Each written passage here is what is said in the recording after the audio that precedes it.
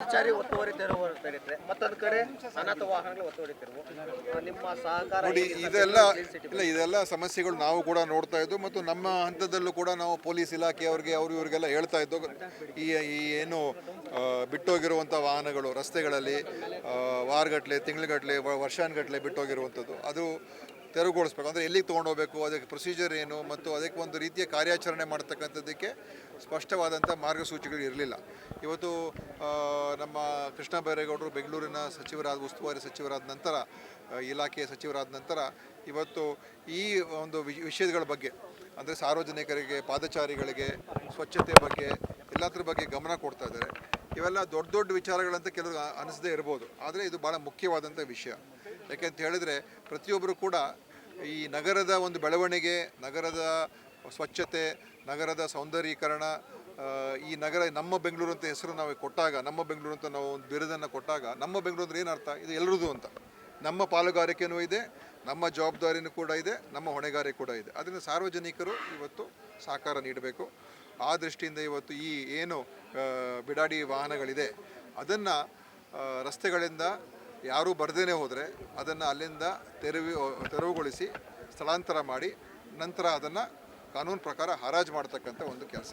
ಇದು ಖಂಡಿತ ಒಳ್ಳೆಯದು, ಸಾರ್ವಜನಿಕರಿಗೂ ಒಳ್ಳೆಯದು, ಪಾದಚಾರಿಗಳಿಗೂ ಒಳ್ಳೆಯದು, ವಾಹನ ಸಂಚಾರಕ್ಕೆ ಒಳ್ಳೆಯದು ಮತ್ತು ಅದಕ್ಕಿಂತ ಹೆಚ್ಚಾಗಿ ಇದರಿಂದ ಭಾಳಷ್ಟು ಒಂದು ಕೆಟ್ಟ ಒಂದು ಅಲ್ಲಿ ಈ ಕಸದ ರಾಶಿ ಆಗ್ತಾಯಿತ್ತು. ಆಗ ವಾಹನಗಳ ಕೆಳಗಡೆ ಗುಡ್ಸೋಕ್ಕಾಗೋದಿಲ್ಲ, ಅಲ್ಲೇ ಎಲ್ಲ ಕಸ ರಾಶಿ ಸೇರಿಕೊಂಡು ದೊಡ್ಡ ಒಂದು ನಾಥ ಕೂಡ ಬರುವಂಥ ಪರಿಸ್ಥಿತಿಗಳು ಬರ್ತಾಯಿತ್ತು.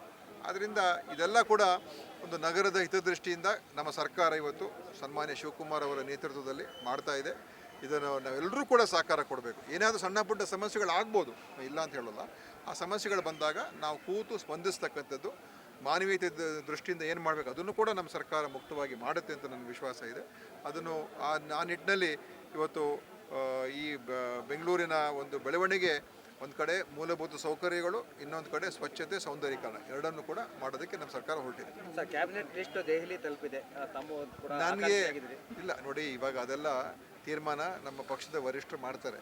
ಆ ಕಾರಣದಿಂದ ಅದ್ರ ಬಗ್ಗೆ ನಾನೇನು ಮಾತಾಡ್ತಕ್ಕಂಥದ್ದಕ್ಕೆ ಅವಶ್ಯಕತೆ ಇಲ್ಲ. ಆಯ್ತಾ? ಚುನಾವಣೆಗೆ ಯಾವ ರೀತಿಯಾಗಿ ಸರ್ಕಾರ ನೋಡಿ, GBA ಚುನಾವಣೆ ನಾವು ಆಗಸ್ಟ್ 31ನೇ ತಾರೀಕು ಒಳಗಡೆ ಮಾಡಬೇಕು ಅಂತಲೇ ಇತ್ತು. ಆದರೆ ಇವತ್ತು SIR ಪ್ರಕ್ರಿಯೆಯಲ್ಲಿ ಎಲ್ಲ ನಮ್ಮ ಅಧಿಕಾರಿಗಳು ಮತ್ತು ರಾಜಕೀಯ ಪಕ್ಷಗಳ ಕಾರ್ಯಕರ್ತರು ಕೂಡ ಬಹಳ ನಮ್ಮವರು ಪ್ರತಿಯೊಂದು ಬೂತ್ನಲ್ಲೂ ಕೂಡ ನಮ್ಮ ಕಾರ್ಯಕರ್ತರು ಕೆಲಸ ಮಾಡ್ತಾ ಇದ್ದಾರೆ. ಈ ಮಧ್ಯದಲ್ಲಿ ಚುನಾವಣೆ ಮಾಡೋದಕ್ಕೆ ಸಾಧ್ಯ ಇಲ್ಲ ಅಂತ ಹೇಳಿ ಒಂದು ಈ ಸಮಸ್ಯೆ ಬಂದಾಗ ಸರ್ವೋಚ್ಚ ನ್ಯಾಯಾಲಯಕ್ಕೆ ನಮ್ಮ ಸರ್ಕಾರದಿಂದ ವಕೀಲರು ಕೂಡ ಹೋಗಿ ಅವರು ಕೂಡ ಪ್ರಸ್ತಾಪ ಮಾಡಿದ್ದಾರೆ, ಪ್ರಸ್ತಾವನೆ ಸಲ್ಲಿಸಿದ್ದಾರೆ.